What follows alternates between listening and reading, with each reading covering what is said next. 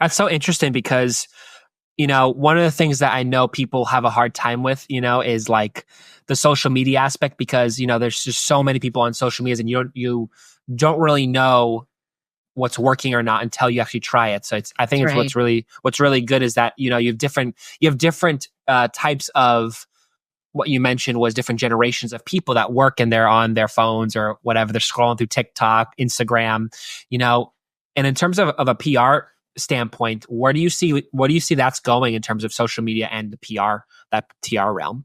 Yeah. So I have to confess, I did something really drastic this year. I took 4 months off of Instagram, 4 months. Wow. That's So intense. yeah. So I have over 7,000 followers and I'm just starting back up. It'll be interesting to see. But I needed to do it for my soul because I didn't feel like it's my personal Instagram. And I just didn't feel like sharing all the time for a Yeah. while. I felt like I needed to focus it more internally. But what I will say is now that I've taken more than a quarter off, you need to be consistent. And so I tell everyone, no matter what you're trying, give it 3 months and look at the data. So we do a marketing scorecard. We actually offer that free through our website that tells you, and it only tracks organic because we only do organic. But if you wanted to add to it, you certainly could. But you look at, you know, how many times am I posting on each channel? What posts are getting the most engagement? What were the topics on the posts getting the most engagement? What days do I see hits to my website increasing? Where are they coming from?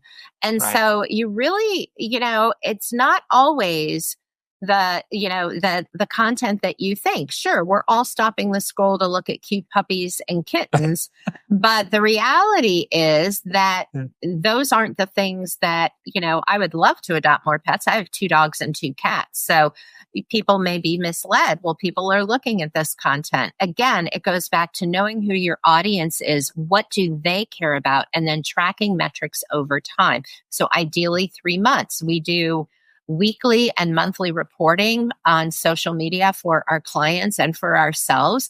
And we look at, you know, from week to week, you can have great fluctuation and even within a month. So 1 month you might be really high and doing great, or you might have plateaued for 3 months. And then all of a sudden there's a dip. Well, what else is going on?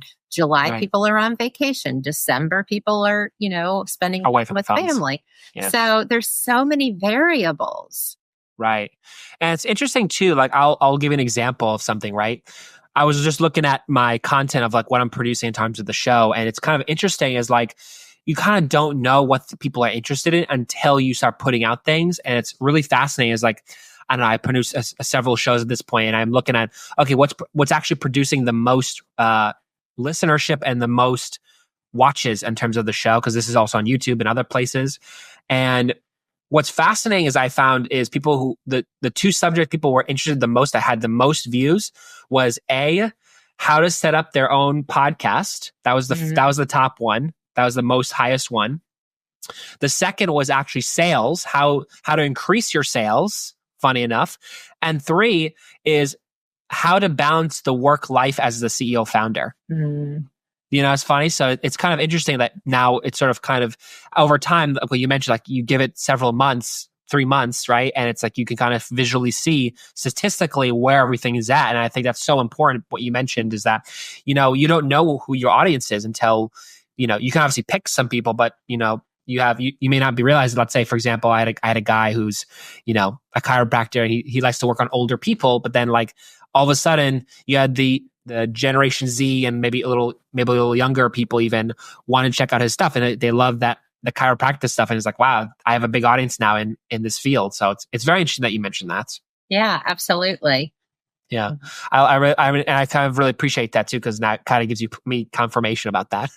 Yeah, it's true. You go back and you look at, you know, I go back and look at my podcast too, and to this date, a podcast. This is my 3rd year, and we're almost at the end of the year.